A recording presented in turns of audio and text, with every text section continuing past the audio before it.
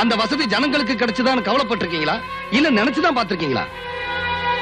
அடிக்கல் நாட்டினதோட உங்க கடமை முடிஞ்சு போச்சுன்னு அம்போனி ஏழைங்களை தவிக்க விட்டு போயிடுறீங்க. ஒவ்வொரு ரூபாவுக்கு வீணா செலவழிக்கிறீங்களே அரசாங்க பணம்.